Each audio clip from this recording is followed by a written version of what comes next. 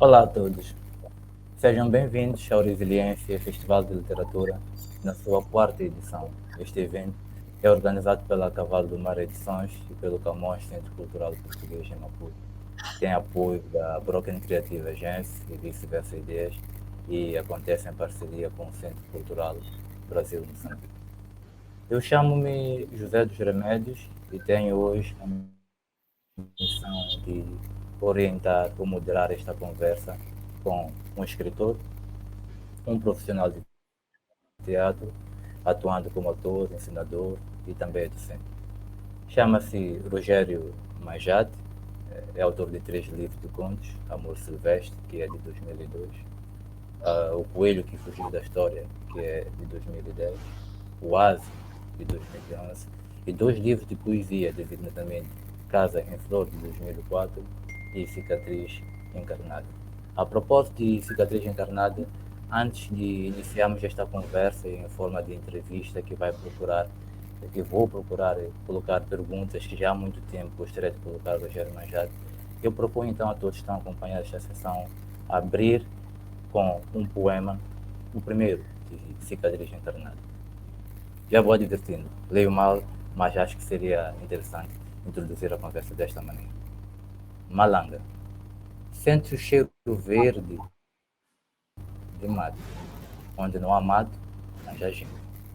Não há flores e borboletas, há pedras de gente, florindo e dançando no coração das capulanas. Há pedras de gente, fora das capulanas que dançam nos estendais. Cansados, objetos cansados, na cama, sonhando o mesmo pesadelo. Uma mão a arrancar-lhes a memória para fazer uma bola de comer, de jogar, de dançar, de voar, de chamar, de calar muitos verbos. Um brinquedo para esse Deus novo e desconhecido, apesar do milênio. O título, não tem título, é o primeiro poema que nós encontramos então no título, Cicatriz Encarnada, de Rogério Majate, e assim vamos iniciar a conversa. Rogério, seja muito bem-vindo ao Resiliência.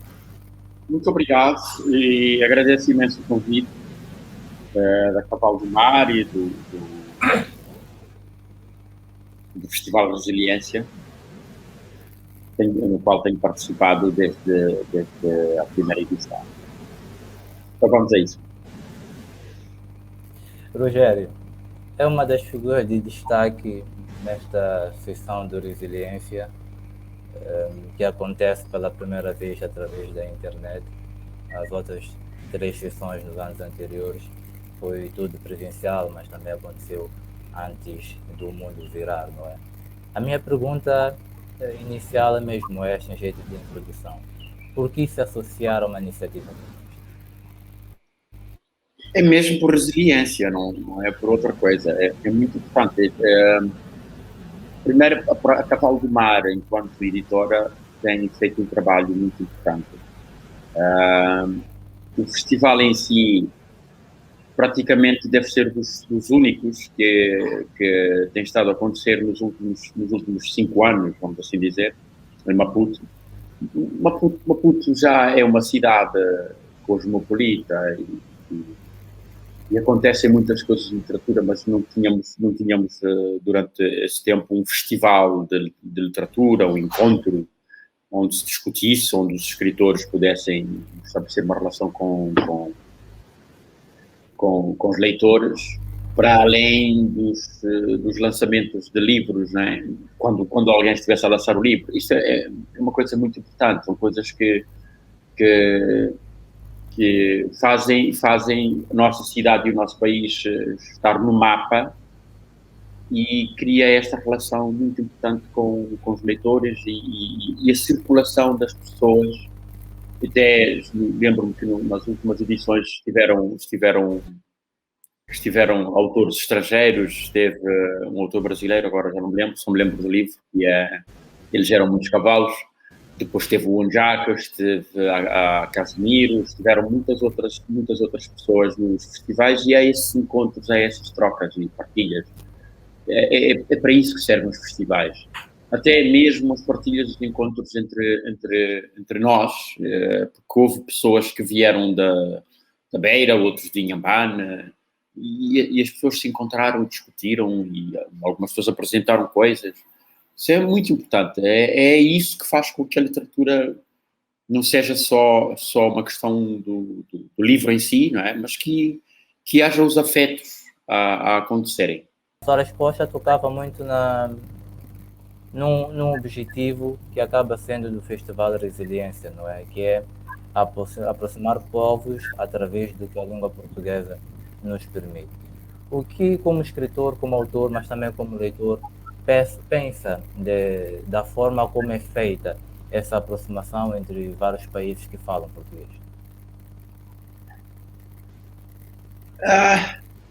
É muito difícil ainda, porque é uma aproximação bastante tímida, bastante assim, titubeante. Não há uma coisa sólida, não há umas relações, não há uma porosidade de facto nessas relações. Nos últimos anos já começa a haver, por exemplo, por resiliências agora vieram pessoas de Angola, vieram pessoas de Portugal, outras de Cabo Verde, já não me lembro de Cabo Verde, mas provavelmente. Mas essas relações não estão cimentadas, não estão solidificadas, não são uma coisa corrente.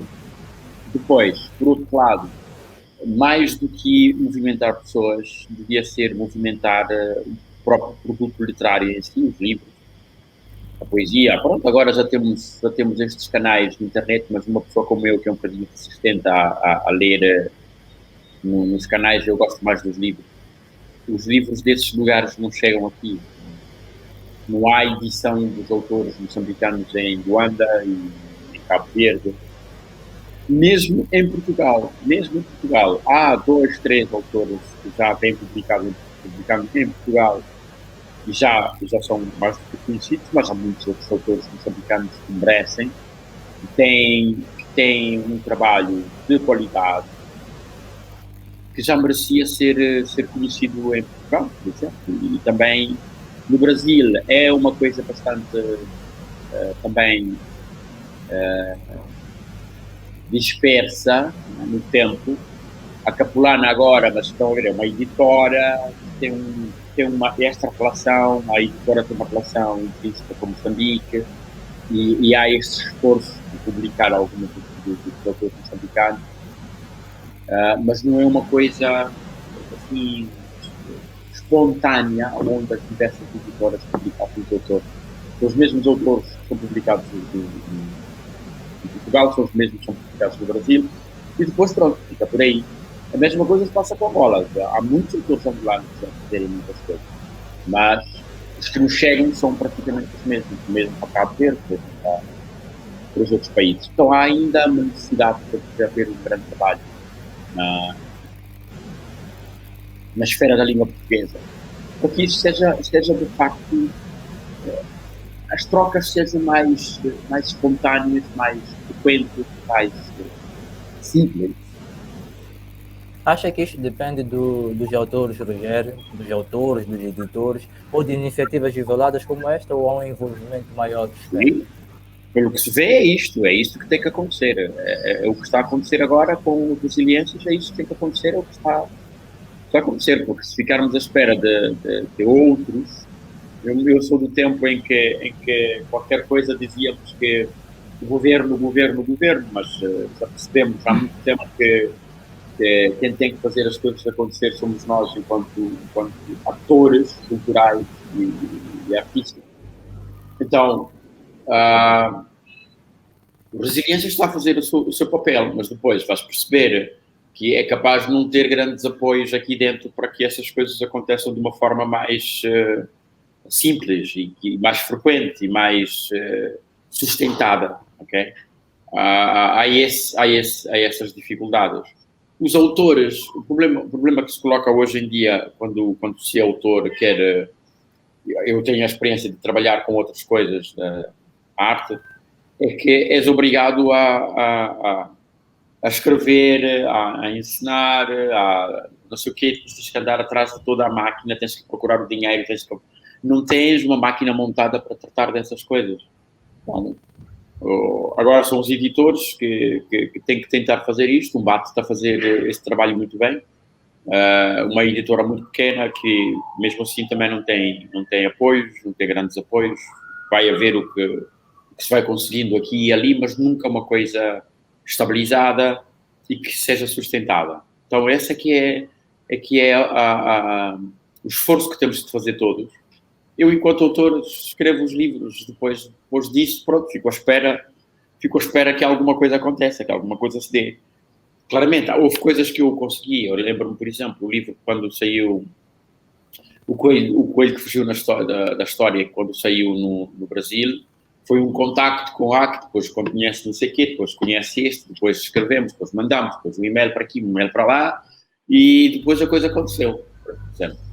Mas depois disso, o livro inclusivamente, foi selecionado pelo Ministério da Educação para constar, já não me lembro como é que eles se chamam, há um edital do Ministério da Educação para depois ser distribuído pelas bibliotecas municipais, federais e estaduais no Brasil, que indica que houve algum sucesso na sua publicação, mas depois terminou por aí. Rogério, falando agora concretamente da sua obra, uma pergunta antiga que eu já queria colocar, enfim, penso que este é o momento para colocar esta pergunta. Noto que a memória da infância, Rogério, está muito presente na sua escrita. Por exemplo, o Oase, publicado em 2011 em Moçambique, e depois, 6 anos depois, talvez em 2017, foi publicado também no Brasil pela Capulana, editora que acabou de se referir, inclusive. É uma história escrita por si, depois de ouvir na Rádio Moçambique, né? Ainda em Berkeley. Penso que na altura o German já tinha entre os 7 e os 12 anos de idade. O que o conduz ao passado pueril? Eu estou a invocar o Oase, né, como exemplo, como modelo para colocar esta pergunta, mas o passado imberbe, infantil, pueril, se quisermos, está muito presente na sua escrita. O que o conduz a esse passado? Não sei, deve ser a felicidade desse momento, desse tempo da minha vida, onde aconteceram coisas muito bonitas, bastante específicas e bastante interessantes enquanto homem, em relação à formação, em relação às histórias, a forma como vivíamos nos anos 80, mas nos anos 80 e 70. Há coisas dos anos 70 que claramente eu não me lembro, mas é mais dos anos 80. A forma de viver era muito mais interessante, tinha as suas histórias, que é uma revisitação dessa memória que também faz escritor. Às vezes, normalmente a gente escreve aquilo que viveu e às vezes precisamos desta distância, não é? Para podermos falar das coisas. Então é normal que as coisas que eu vivi nesse período tenham maior força, que estejam mais cristalizadas, que estejam mais pensadas. E essa observação é bem feita, porque eu tenho algumas coisas que também escrevi. Quando eu escrevi Amor Silvestre no final dos anos 90, Amor Silvestre escrevi em 99 e eu retomei a escrita em 99, depois 2001 já estava composto o caderno. Há também histórias lá que têm que ver com essa infância. Por exemplo, há um conto que era E Tudo a Chuva Molhou, que é uma história dessa infância e algumas outras coisas. Mesmo na Cicatriz Encarnada, algumas das imagens, alguns dos momentos lá têm que ver com essa infância. As coisas que estão cristalizadas e que gostava de partilhar com este tempo que é completamente diferente do tempo que eu vivi. O Oase precisou de 30 anos para sair em livro. Digo, desde o período que o Rogério Mananjate ouve a história até ao período em que decide reescrever, vamos assim dizer, a história. Mais ou menos 30 anos se passaram e só em 2011 é que a história ganha corpo em livro e pode ser lida também pelos leitores. Precisou de tanto tempo ou deste período algum argumento, alguma justificação concreta? Não. A história estava lá, eu nem era escritor, durante uma boa parte desse tempo eu nem era escritor. O momento em que eu pensei nessa história é capaz de ter sido quando eu estava a escrever nos anos 2000 e pouco, é capaz de ter sido assim uns 5, 6 anos, que eu comecei a pensar que queria escrever uma coisa, já não me lembro exatamente que ideia que era cruzar essa história do Oase. Ela voltou a minha, acompanhou-me sempre, mas há um momento de eu estive a pensar nessa história, mas num sentido de escrever, de utilizar como substrato para escrever sei lá, uma novela ou um romance, que fosse sair. E não exatamente como saiu agora, como conto, assim como está, que saiu no livro. Que saiu, foi um convite da Escola Portuguesa, na pessoa da Teresa Noronha, quando foi feito o projeto da... já não me lembro qual é o nome da coleção. Sim, a Fundação Contos pelo Mundo, e depois a coleção tem um outro nome. Então, aí quando surge o convite foi porque é uma coisa específica, né, que eles queriam, que era reescrever os contos tradicionais. Então, eu estive até a procurar na minha memória os contos e ver qual é que podia ser mais interessante. Então decidi abandonar a ideia que eu tinha de utilizar esse conto como a base para um romance ou para uma novela, uma narrativa mais robusta. Decidi abandonar isso e apresentei o Oase, assim como está agora, nessa coleção. Então escrevi isso em 2010 para aí e entrou para o projeto e depois foi publicado em 2011. Mas o conto pertence ao país, pertence às pessoas, pertence ao coletivo, né? Não, o único papel que eu tive foi a recriação, né? Quem conhece o conto percebe que ao ler que ali tem um outro jogo, tem uma outra brincadeira, tem uma utilização de uma outra linguagem, há imagens diferentes, há situações diferentes que eu acrescentei. O conto, por acaso no livro, o conto depois aparece, o conto original aparece no final do livro, e a pessoa pode perceber qual foi o trabalho do escritor, o que é que o escritor inventou, o que é que o escritor, como é que o escritor aprofundou a história, como é que a explorou. Essa coisa está visível e notável lá no livro em si. Quando escreve histórias que se enquadram na literatura infanto-juvenil, eu sei que a pretensão de Rogério Manjate não é educar. Há alguma pretensão quando escreve? Brincar. Acima de tudo é brincar, fazer coisas divertidas. Porque é uma coisa que eu já percebi há muito tempo, que a literatura infanto-juvenil não tem que ser séria, tem que permitir o jogo, tem que permitir a brincadeira, tem que permitir esse espaço para imaginar, para ir para além desta realidade que nos sufoca hoje em dia, com esta realidade que é esta pandemia, é pior ainda. Então, para mim o privilégio, a coisa mais importante é essa: criar imagens, divertir o leitor, não estar ali para passar lições de moral, ou seja lá o que for. Para mim isso é primordial e é importantíssimo. Depois o trabalho com a linguagem, naturalmente. Nós estamos a trabalhar numa língua, é a língua portuguesa neste caso, então há um trabalho com a linguagem que tem que prevalecer. E brincar é uma coisa séria, certamente, aqui também. Sim. Eu brinco, a minha vida é brincar. Eu sou ator, sou ensinador, então toda a minha vida, toda a minha profissional é brincar. Mesmo quando dou aulas a adolescentes e dou aulas já a alunos adultos, que é do ensino superior. Então as nossas aulas é mesmo a brincar. Há umas que são, mais teóricas, mais outra coisa, mas as aulas de representação, por exemplo, e de outra natureza é a brincar.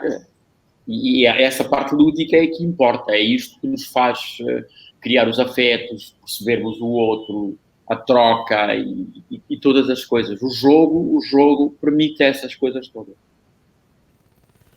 Rogério, quando escrevia Oase e mesmo o Coelho que Fugiu da História, percebeu que, de um modo determinante, estava a contribuir para conduzir o leitor a uma certa memória do espaço e a uma certa memória, se calhar, até do tempo. E eu até podia acrescentar aqui Cicatriz Encarnada, porque também é um outro livro seu que nos conduz a essas duas dimensões. Não sei se me compreendeu, Rogério. Sim, compreendi, mas eu não penso nessas coisas. Não estou preocupado com isso. Eu estou preocupado com o meu material narrativo, ok? Os universos que eu quero tocar, as imagens que eu quero evocar e vou por ali adentro. A história que me conduz, o que eu tenho para dizer fica para o lado de lá. Há alguma intervenção que posso fazer, mas nunca é nesse sentido. Agora, quero conduzir o leitor assim. Não, a história, o que eu faço é tentar seguir a história e tentar de forma criativa, naturalmente, surpreender quem vai ler. Né? Às vezes eu próprio me surpreendo, porque a história às vezes me leva para um lado, é alimentar essa história. E é a coisa que me interessa. Agora, o leitor, neste momento em que eu estou a escrever, se isto, se aquilo, não me interessa muito. É mais o trabalho da linguagem, mais o trabalho da construção narrativa, que é a coisa mais importante. O resto, essas coisas teóricas, ficam para vocês que estudaram a literatura, que eu não evoco essas coisas, não me interessa muito. Em relação à Cicatriz Encarnada, o Rogério Manjate coloca Malanga, um bairro importante, né, da cidade de Maputo, no centro da sua poesia. Calculo eu, quis, de alguma forma, trazer essa imagem de um espaço periférico, determinante até em termos de literatura, e em função disso, criar, se calhar, uma ligação entre o autor, o espaço, o leitor. A pergunta é mesmo esta: por que Malanga no centro da sua poesia? Porque eu nasci na Malanga, cresci na Malanga, os meus textos iniciais, eu vivi na Malanga, eu vivo na Malanga, até hoje vivo na Malanga, a casa da família, minha mãe, as coisas todas estão na Malanga. Para mim, Malanga é o centro do mundo. Então, não tenho outro lugar para evocar. Não vou contar histórias do Xamanculo, ou da Mufalala, ou do Mintagini, ou de Paquipiquete em Cabo Delgado. Não conheço, não é o meu lugar. Okay? Ainda que eu até possa inventar um espaço, né? Macondo Macondo, acho que é Macondo que se chama, do Garcia Marques, já não me lembro, mas acho que é uma coisa assim, já li há tanto tempo. Também é um lugar mítico que foi inventado. Eu podia inventar, mas eu não precisava de inventar, porque as coisas sobre as quais estava a escrever eram minhas iguais, memórias que estão ligadas exatamente àquele lugar e àquele espaço. E pronto, eu fui seguindo e coloquei esse lugar no centro da minha escrita e no centro como sendo o universo que eu estava a tratar. Mas, claramente, cada história que eu escrevo vai dizendo o seu espaço e o seu lugar. Agora, em relação à poesia, aquela Cicatriz Encarnada são minhas vivências, é a minha memória, é o meu jogo de negociação com essa memória, com essa infância, com o homem que cresce, com o homem que questiona, que também inventa o seu caminho. E tinha que ser dali, daquele lugar, não do outro. Não tinha outra hipótese. Inclusivamente, a imagem já há coisas que são da família, há coisas que são histórias de meus vizinhos, de coisas que eu vivi quando era miúdo. Então não valia a pena, não era importante eu inventar nada. Eu tinha que ser mesmo uma Malanga, não tinha outra hipótese. Mesmo o conto lá que eu referi anteriormente, de tudo a chuva molhou, é uma história de quando chovesse na Malanga. Nós a sairmos de casa para apanharmos, para tomarmos banho de chuva, inclusivamente há uma passagem que diz ok, já não me lembro como é que é exatamente, e era como se fosse nós a tomarmos banho embaixo do chuveiro, o nosso sonho de tomar embaixo do chuveiro no prédio, mas nós tomávamos assim, naturalmente, e corríamos pelos caminhos e apanhávamos as moedas e brincávamos e muitas outras coisas. Quando em casa havia uma desgraça qualquer, porque havia água que tinha entrado para dentro das casas, que a chuva tinha sido muito forte e as chapas de zinco eram espancadas e tudo lá dentro tinha estado ligado e ninguém podia entrar em casa, ou aquilo ficou tudo inundado e coisas assim. São histórias, são coisas que eu vivi nesta minha infância tão já longínqua, quase, já tenho quase 50 anos já nisto. Já se percebeu que ao colocar Malanga no centro do seu mundo, da sua oficina, isso faz também da sua escrita, pelo menos no caso de Cicatriz Encarnada, dá à sua escrita uma intertextualidade com a escrita de outros autores. Por exemplo, estou a pensar no Aldino Moyanga, que também se preocupa muito, interessa-se muito com o Mikukwene, com a Malanga, não é? Mas também estou a pensar no Calando da Silva, dos Meninos da Malanga, que é um livro de poesia. Há aqui, se calhar, uma inspiração, não gosto muito desta palavra, mas há qualquer coisa que vocês como autor vão buscar em algum lugar nesse espaço que é Malanga e que isso vos mantém de algum modo ligados. Já percebeu-se isso? Eu sei disso, eu li o livro do Calan, Os Meninos da Malanga. Eu sei que o Calan é lá de Mkokwene. Sei disso e acompanhei o trabalho dele e conheço a obra do Calan e essa relação que ele cria. Para mim, escrever, tendo em conta Malanga, é o mesmo que todos os autores moçambicanos que fazem com que as suas histórias estejam moçambicanas e estejam em Moçambique. Ok? Depois, por exemplo, por eu ser de Maputo, é normal e é frequente eu escrever as outras histórias que não acontecem na Malanga, elas acontecerem num espaço que é Maputo. Quer dizer, há esta intertextualidade, há toda esta relação, da mesma forma que as pessoas que são do Rio de Janeiro escrevem-se, há muitas das suas histórias que acontecem no Rio, muitas das pessoas que são de Lisboa têm muitas histórias que acontecem em Lisboa, ok? É por isso que eu digo, para mim, a Malanga é o centro do meu mundo. Então não há mais do que isso, não há uma necessidade de dialogar com a obra do Calano ou com a obra do Aldino. Eu sou um suburbano, sou dali, daquele lugar, cresci ali, vivo ali, e as coisas que me apareceram para escrever são essas. É por isso que eu digo, essa parte desta reflexão literária e das relações, eu tenho consciência dela, mas no momento de trabalhar, isso para mim é colocado de lado, não me interessa nada, não utilizo isso como ferramentas para a criação. Voltando ao Oásis e ao coelho que fugiu da história, Rogério, pode não lhe interessar, mas isto está muito bem sublinhado, que é a transmissão de conhecimentos, de saberes, de mentalidades, de ideias, de propósitos, de geração para geração. Em Oásis temos um avô e um neto, acontece nesse sentido. É um coelho que fugiu da história, temos de uma mãe para uma filha. Isto há de mexer consigo, certamente. Mas foi assim que eu cresci também. As histórias que eu ouvi era sempre dessas pessoas mais velhas que me contavam a mim. Agora também sou eu a contar para os meus filhos e para as minhas filhas e para as outras pessoas. Esses elementos estão lá presentes a partir do que acontece da realidade. Quem é o mediador principal, né? Os saberes são sempre os mais velhos, passam para os mais novos, é normal, não é nada do outro mundo. Se calhar vou ter que encontrar um livro onde há um miúdo de 12 anos que tem que ensinar coisas aos velhos.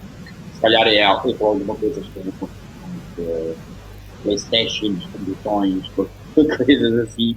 Agora tendo em conta esta parte. Mas agora há este jogo de saber que acontece desta forma na nossa vida e é essa exploração desses elementos que eu estou a fazer. Não era preciso inventar muita coisa, nem pensar muita coisa para que as coisas fossem dessa maneira. A sua história fez-me lembrar, em parte, um pouco a minha, Rogério. O seu interesse pela leitura, pela escrita, em parte, encontrou na rádio uma motivação. As minhas primeiras memórias, ou fazem parte das minhas primeiras memórias também, este contar, esta narração de histórias, e curiosamente, a partir também da Rádio Moçambique, e isso foi despertando em muitas crianças do meu tempo este interesse, quer pelos livros, quer pelas histórias que, inclusive, contribuem muito para nos iluminar e dar-nos algum sentido de imaginação, não é? Sendo que nós continuamos a ter histórias e a produzir histórias que possam contribuir para que os cidadãos de hoje ou do amanhã sejam mais cultos, né? E mais interessados, sobretudo, pelas artes, pela cultura, pelo pensamento e pela partilha do próprio pensamento. Sim, isso nunca cessou. Pode não estar nos canais, se calhar nos canais oficiais, vamos assim dizer, mas isso nunca cessou, isso está sempre presente. Pode não estar altamente presente, por exemplo, agora nesta vida urbana, mas em cada casa há uma mãe, há um avô, há uma avó, há um pai. Pode não ser em todas as casas, porque a televisão de alguma forma domina, não é? Nas vidas urbanas, mas basta darmos um passo para fora da cidade. Esta forma de estar, esta forma de viver está presente. Okay? Mesmo na vida urbana, essa forma de estar também está presente. Não há como fugir disso. É uma coisa arquetípica, melhor mesmo, essa é a melhor questão. É um arquétipo altamente humano, contar histórias, aprender contando histórias, transmitir conhecimentos e transferir conhecimentos, saberes, contando histórias. Agora, a literatura, agora até podemos olhar para a parte urbana. Nos últimos 15 anos, há essa transfusão, é? Há um conjunto de livros que foram publicados, como é o caso do Asa, que é a reescrita desse conhecimento das histórias, desse conhecimento coletivo, dessas histórias tradicionais, todos nós partilhamos, que estão a ser produtos para livro, que estão a circular. É uma forma também de manter esse caminho que, quando no meu tempo era oral, mas agora já também aparece na escrita. Ainda que a oralidade se mantenha, pode não ter a mesma possibilidade que tinha antes, mas há uma preocupação de produzir livros dessa forma e esses livros estarem disponíveis para as crianças urbanas hoje, e alguns desses pontos são estudados nas escolas, são de leitura obrigatória em alguns currículos e coisas assim. Então, esse arquétipo de contar histórias está presente. Não. Agora, podemos fazer de uma forma mais com maior consciência e com uma maior intervenção, tendo em conta o conhecimento do seu valor e sermos mais rigorosos na sua aplicação. É o que provavelmente está a faltar. Que essas edições que existem por aí, sejam mais, que se dê mais importância. Provavelmente é isso que falta. É a favor. Numa conversa que mantive com a Angelina Neves, que escreve também muito para crianças, disse a propósito do Dia Mundial do Livro, que celebra 2 de abril de cada ano, que é urgente subsidiarmos livros, como esse que o Rogério escreveu para crianças, o Atos, o Coelho Seguido da História, ou então o Índia, de Alexandre Dunduro, e tantos outros livros também de literatura infanto-juvenil, que inclusive a Escola Portuguesa de Moçambique tem editado. É a favor também, vem contra, ou é a favor ou em contra também no subsídio, nesta ação de subsidiar a este tipo de escrita, da mesma forma que o governo subsidia os livros de distribuição gratuita a vários níveis para o ensino primário, como solução para que os índices de leitura se calhar aumentem e interesse também por histórias escritas também aumente. Sim, sim, essa é uma coisa que falta. É uma coisa que falta. Isso, inclusivamente, é uma forma. Porque o nosso Estado subsidia o futebol. Não há agora como fugir a isso. Subsidia o futebol, subsidia o desporto. Então, qual é a base que fundamenta que se subsidia uma coisa e não se subsidia a outra? Não é? Se o desporto tem subsídios, as federações recebem subsídios, porque é que estas outras coisas não recebem? Não é? Há esse tipo de diferenciações que não devia haver. Era muito importante a existência de políticas culturais, uma política do livro. Dei o exemplo do livro que saiu no Brasil. Há uma política do livro lá que faz com que se selecione um conjunto de livros, desde a leitura da infância até as literaturas para os mais velhos. Há um conjunto, sei lá, de 10 livros ou de 20 livros por cada faixa, que são selecionados e que são disponibilizados para as bibliotecas, desde as bibliotecas escolares até as bibliotecas federais, as grandes bibliotecas do país. Então, quando há esses editais onde o Estado se responsabiliza por adquirir livros e fazê-los circular, há uma forma muito clara. Se adquire livros para fornecer às bibliotecas escolares, as bibliotecas municipais, as bibliotecas provinciais e todas as bibliotecas públicas, faz com que se compre mais livros, desde termos esses 200 exemplares que são feitos de uma edição de um livro, íamos ter, sei lá, 3.000. Né? O Estado é o primeiro comprador dos livros. Faz com que as editoras vendam livros, faz com que os escritores sejam conhecidos, faz com que se criem mais leitores. Agora, neste momento, quando se edita em Maputo, são 200 exemplares que levam, sei lá, 5 anos para acabar. As bibliotecas escolares não têm livros.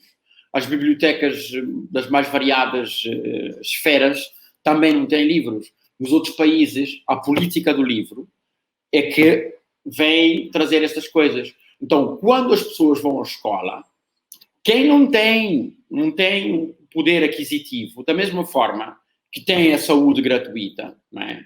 Claramente que a saúde é muito mais importante e a educação, a escola e essas coisas são mais importantes. Mas depois também tem acesso ao livro. E o livro, já foi dito aqui, já foi mais do que repetido, tem uma importância muito grande para a formação do cidadão. A criatividade e a imaginação são coisas muito importantes na formação de cada um de nós. Todas aquelas pessoas que leram 100 livros na sua vida são diferentes daquelas pessoas que não leram livro nenhum. São este tipo de coisas que é importante. Então, é preciso que haja um interesse da parte política para que as coisas comecem a ser feitas.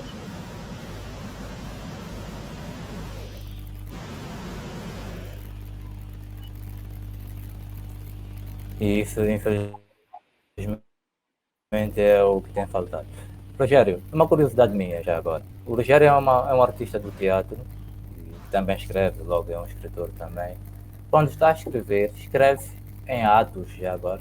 há uma linguagem, ou há uma certa linguagem do teatro teatral que usa, ou que utiliza quando está a escrever em literatura. Eu coloco a pergunta assim porque senti um pouco disso quando li Cicatriz Encarnada. É só em Cicatriz Encarnada, que eu fiz 5 episódios, acho que é isso. Já não me lembro quantos episódios é que são. E é mesmo a brincar, não é mais do que isso. Olhar quem vai estudar isso possa encontrar alguma coisa lá dentro, mas na minha intenção era mesmo a brincar, que era a presença de um prólogo, depois dos episódios lá dentro ia haver um epílogo, ok? Mas era só isso. Agora, o facto de eu trabalhar no teatro, uma das coisas que tem lá, que está presente no meu trabalho, é descrever coisas que acontecem, descrever a ação. Tá? É preciso que aconteçam coisas, é preciso que as coisas sejam movidas, as personagens a moverem-se, a fazerem, e essa criação de imagens estar lá presente e não coisas meramente descritivas, ainda que haja descrição naturalmente narrativa, ela é dinâmica no sentido em que estão a acontecer coisas. Há uma ação que move a história.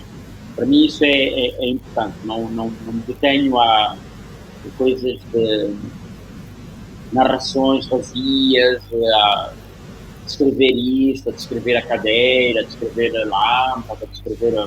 Não me interessa muito isso. Se eu descrevo alguma coisa, é sempre com uma relação de ação, de mover isto para frente. Então, nesse sentido, esta minha relação com o teatro faz com que isso esteja também presente. E pode ser também a presença de um humor. O humor é muito importante. Eu acredito que até haveria humor, por mais que eu não tivesse essa relação, mas neste momento, a partir do momento que eu estou lá dentro, não tenho como agora dizer que isto é porque eu sou do teatro ou eu não sou do teatro, mas já não há como separar as águas. Mas, por um lado, eu assumo completamente que o facto de eu ter contacto com o teatro profissionalmente tem uma importância muito grande no que eu estou a escrever.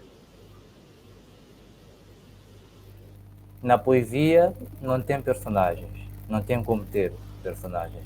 Não sente falta disso quando está a escrever poesia? Não.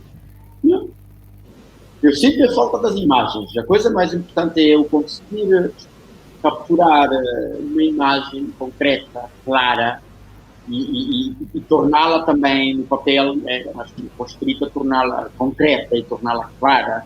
Eu quero que o meu leitor veja as coisas que eu estou a escrever e sinta essa presença.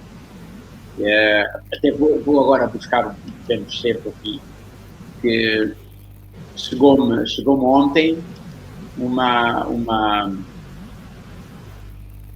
versão ok, eu vou contar esta, que eu vou ler esta aqui. O projeto gráfico do livro Cicatriz Encarnada, do livro Casa e Flor, que foi editado em 2004. Vai sair, em princípio, ainda este ano pela Escola Portuguesa, com uma nova edição. Isto já são quase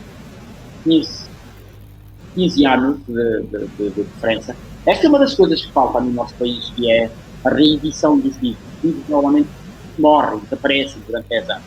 Então vou ler aqui, voltando para o nosso assunto. Há um poema que é Noite. Uma estrela incandescente prega partidas à lua. Esta, distraída a sonhar, escorrega e cai, e um vagabundo bêbado, dormindo de boca aberta, engole-a, ilumina a fome e nasce o escuro do medo. Para mim são imagens muito claras. Para mim há uma imagem das estrelas, há uma imagem da lua, há uma imagem de um bêbado que é vagabundo ainda por cima, ok? Que dorme de boca aberta, que será uma imagem concreta e clara. Se eu pudesse mostrar a nova ilustração que foi feita pelo... Aliás, este poema tem uma ilustração no primeiro no primeiro livro, da Maria Jorge Vila Verde. Ela também ilustrou exatamente este poema, e agora é o Maurício Negro que está a fazer as ilustrações desta nova versão. Ele também tem aqui, eu estou a ver, eu vejo as estrelas, vejo um bêbado, vejo a boca aberta, vejo a lua, vejo o ato de engolir e coisas assim. Então, é este trabalho que a mim me interessa. Já não me lembro qual é que era a origem da pergunta, mas é esta necessidade que eu tenho de... Tem a ver com o teatro. Não percebi? Continua, Rogério. Ok? Então, por exemplo, estava a tentar responder a uma pergunta. É que eu já não me lembro qual foi a pergunta. Sim, eu estava a dizer, tinha mesmo a ver com a relação entre o teatro, as personagens, que sente falta delas ou não, e as imagens. Ok. Por exemplo, este outro poema que é, que é dedicado ao Eduardo White, e é: invento o mar, invento a asa, reinvento o sonho, a paisagem ocupa o seu lugar de voo. Para mim são imagens concretas, claras. A outra que é o poeta e o passarinho. Aqui, por exemplo, eu trabalho quer num outro poema da noite, eu venho da ideia do conto, da ideia da história. E este, por exemplo, começa com: era uma vez. O poeta e o passarinho. Era uma vez um passarinho que tanto cantou até inventar uma floresta. Era encantada. Quando o poeta chegou ao meio da floresta, tinha suor, flores, frutos e grãos de sol no coração, de tanto olhar o passarinho dentro do seu canto. Para mim é uma imagem concreta, uma imagem clara, ok? E são coisas que há alguém que está a fazer, é um passarinho que está nesse momento a cantar, e de tanto estar a cantar, há uma floresta que se vai formando. E o poeta que há de adentrar essa floresta à procura, sei lá do quê, que vão nascer, né, suores, flores, frutos no seu coração, de tanto olhar o passarinho dentro do seu canto. Para mim é uma imagem concreta e é inclusivamente uma história. Ponto. Vamos por aí. Então, essa relação da personagem, da ação, está sempre lá, presente. É esta coisa que eu me referi em relação à ligação com o teatro. Ouvindo o Rogério a falar em relação à ficção, dá uma sensação que as histórias narrativas proporcionam-lhe mais espaço de manobra em relação à poesia. É falsa esta minha percepção? Não percebi muito bem. A poesia, ou melhor, o conto, a ficção, a narrativa, proporciona-lhe mais espaço de manobra e de criação, se quisermos, do que a poesia. É falsa esta minha percepção? Não sei. Não sei. Opa, depende, para mim depende de cada uma das coisas. Depende de cada uma das coisas. Na poesia é preciso ser cirúrgico. É preciso ser altamente económico. Enquanto que na narrativa também tem que ser cirúrgico, também tem que ser económico, mas é com menos. Ok? Os meios que se utilizam para a poesia têm que ser mesmo ao milímetro. As imagens têm que ser claras. Não quer dizer que na ficção eu vou dizer com muito. Tenho que dizer com pouco. Mas tenho a possibilidade de dizer mais alguma coisa. Não. Na poesia eu tenho que deixar um espaço. O espaço vazio que eu tenho que deixar na poesia, de um verso para o outro, de uma imagem para outra, tem que ser maior. Enquanto na narrativa eu posso ir preenchendo mais ou menos esse espaço e ir guiando o leitor, mas na poesia não. Na poesia é tudo ao milímetro, sem manobra. Eu não estou muito preocupado com a métrica, nunca foi minha preocupação, mas ao mesmo tempo estou preocupado com a cadência, porque eu sei ler, não é? Sei dizer, e às vezes a musicalidade das coisas, sem ser muito rigoroso, também tem uma relação, porque eu leio as coisas, depois leio algo, depois percebo que pode haver algumas coisas que não funcionam, a língua trava e coisas assim, então eu vou experimentando. Que é mais exigente na poesia do que na ficção narrativa. Mas todas as coisas têm por um lado, as ferramentas que se utilizam, a exigência de cada uma das coisas são diferentes, ok? Enquanto que o outro tem facas, tem bisturis, tem não sei o quê, na narrativa, às vezes é mais um comprimido, uma tintura, uma coisa assim, enquanto que ali na poesia é com bisturis para funcionar, ok? Depois é preciso cozer coisas, que é preciso rasgar a carne, então são cirurgias diferentes, são intervenções diferentes no texto. Mas há momentos em que não se separa. Há momentos em que não se separa. Por exemplo, há um conto que eu escrevi há muito tempo já, que está em Amor Silvestre. Aliás, há três contos no Amor Silvestre que foi a transposição de um conjunto de poemas que eu escrevi na altura, mas que esses poemas contavam praticamente uma mesma história, que eu depois peguei naquilo e comecei a cozer e a organizar para contar uma história. Um dos poemas era exatamente Amor Silvestre, o outro era E tudo o vento, e tudo a chuva molhou. Acho que havia mais um outro poema, que já não me lembro qual é que era, que nasceram a partir, um conto, que nasceram a partir de, sei lá, 3 poemas que contavam uma história. 4 poemas que eu peguei, mas agora, quando se vê lá dentro na narrativa, é essa presença poética, os elementos para fazer as transições, os vazios também estão muito presentes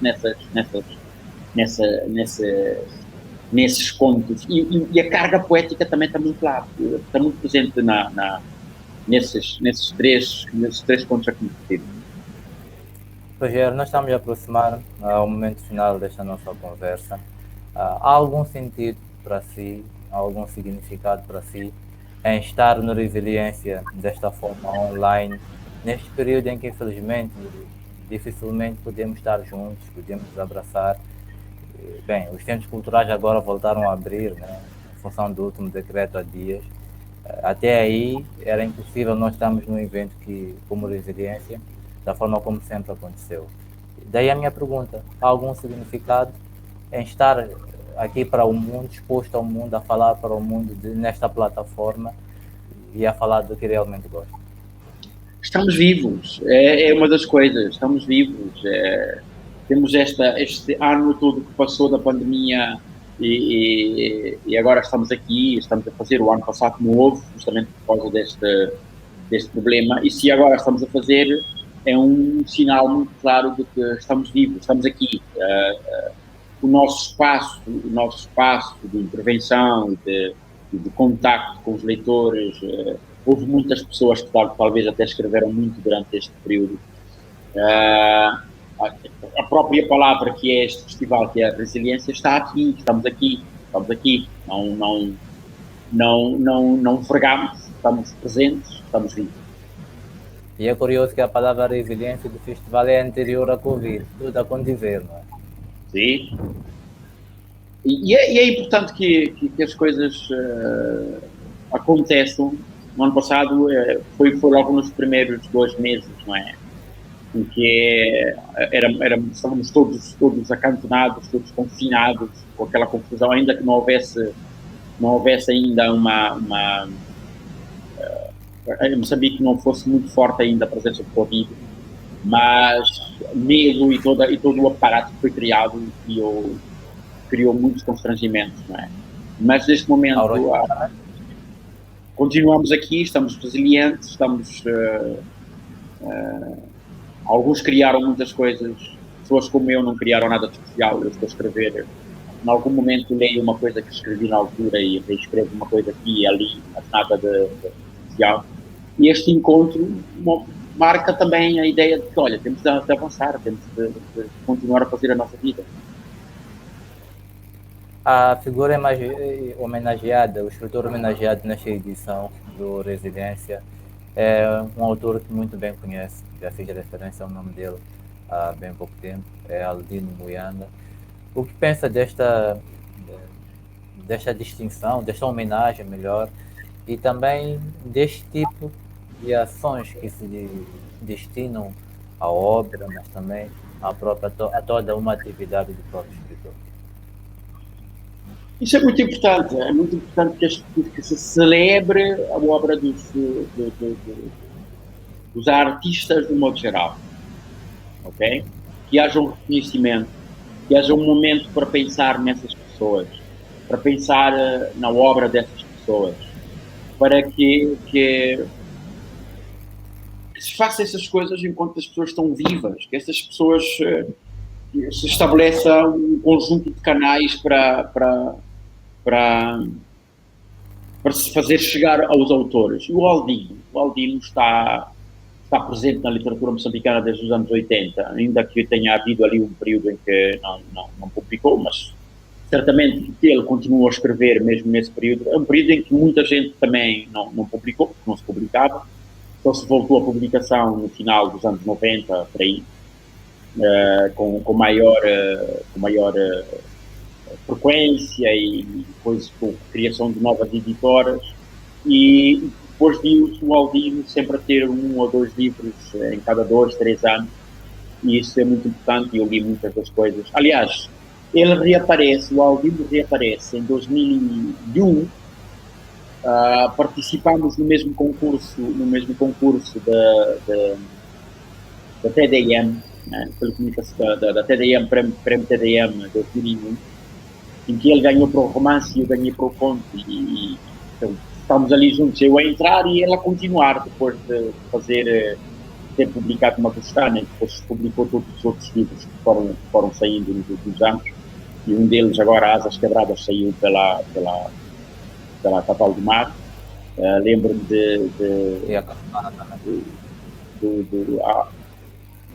Gamuli, já não me lembro do título, Gamuli e a outra que é de burro.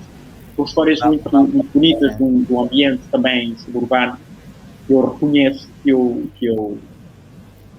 que me é caro, naturalmente, porque eu sou suburbano e uma boa parte das histórias que eu escrevo tem que ver com este lugar, com este espaço. E já estivemos a falar sobre isto no princípio, que para mim é a Malanga, para o Aldino vão ser vários lugares. Ele escreveu Estalamato, por exemplo, que é uma zona aqui do bairro indígena, e por aí. É muito importante isto, que se vá chamando a atenção que há escritores e há pintores e há escultores, porque as coisas não vivam só de um tipo de atividades que não sejam só reconhecidas e que sejam divulgados os trabalhos das pessoas, por exemplo, do desporto, mas que há todo um conjunto de autores. Há autores que circulam só em Moçambique, mas que têm a sua importância. E nós temos de ser capazes de dizer, olha, esta pessoa é importante, este trabalho é importante, por esta e aquela razão. E esta coisa de circulação, também acabamos falando disso, né? Que mexe com a mobilidade, uma mobilidade inclusive tem a ver com os palopes, com a CPLP, que temos essa tão dificuldade, repetitiva dificuldade de nos lermos, não é? Então não vamos esperar, penso eu, é um comentário, que os leitores sejam reconhecidos fora para que tenham esse nível de importância, até porque no caso do Aldino, já começa a publicar de forma regular do Aldino e também no caso do Rogério. Bem, estamos a ir embora, Rogério. Há uma pergunta que não foi feita, gostaria de responder, ou um comentário final para encerrarmos esta quarta mesa da quarta edição também do Resiliência, que pela primeira vez acontece via plataformas digitais. Sim. Não sei se conseguimos entender, Rogério. Eu não percebi. Estava a fazer um comentário ou a fazer uma pergunta? Eu colocava uma pergunta. Na verdade, perguntava se há alguma questão que não lhe foi colocada que gostaria de responder, ou em jeito de comentário final, encerramos então em conjunto esta quarta mesa, que é da quarta edição também do Resiliência. Não, eu estou muito contente pelo convite e que o Resiliência esteja aqui e que nós estejamos agora como um espaço para discutirmos literatura, para voltarmos a falar de literatura, para provavelmente até ficarmos a saber das coisas que as pessoas andaram a escrever durante este período que estivemos fechados, os que escreveram, eu não faço parte desse conjunto de pessoas, e dar os parabéns a todas as pessoas que estão a trabalhar no festival, e um especial abraço ao Umbate, né, que está à frente disto tudo e a cavalo do mar. A única coisa que eu posso dizer, eu estou à espera que ainda este ano saia o livro Vestidos de Terra, pela Cavalo do Mar, que devia ter saído no ano passado, em maio, justamente durante o festival Resiliências, mas não saiu nessa altura. Mas agora estamos a tratar disso, a vida está a voltar, né? Então estamos a tratar disso para o livro sair nos próximos meses pela Cavalo do Mar, e espero que venha atrair os leitores e que venha a colocar outra vez o meu nome no mapa para os que leem, os que acompanham e que possam ver coisas novas. Uma parte do livro são contos, são os contos do Amor Silvestre, que saiu já em 2002 e nunca foi reeditado. Mas como eu insistia havia ali coisas que são muito bonitas e muito boas, mas que tinham alguma necessidade de refinar, ajustar e refinar algumas coisas. Eu fiz esse trabalho. E depois um conjunto de outros contos que escrevi depois desse livro. Escrevi entre 2002 e 2005 e fazem esse caderno que se chama Vestidos de Terra e que vai sair brevemente. Rogério, obrigado pela novidade. Agradeço também por este momento de partilha, de troca de impressões, de ideias, de pensamentos, de emoções e sentimentos também. Eu quero agradecer a todos que estiveram conosco também a acompanhar esta mesa final da quarta edição de Resiliência, que, como toda a gente sabe, é um festival de literatura que acontece na sua quarta edição pela primeira vez através de plataformas digitais e que é organizado pela editora Cavalo do Mar, pelo Camões Centro Cultural Português aqui na cidade de Maputo, com apoio da Broken Creative Agency, Vice-Versa Ideias, e também em parceria com o Centro Cultural Brasil-Moçambique.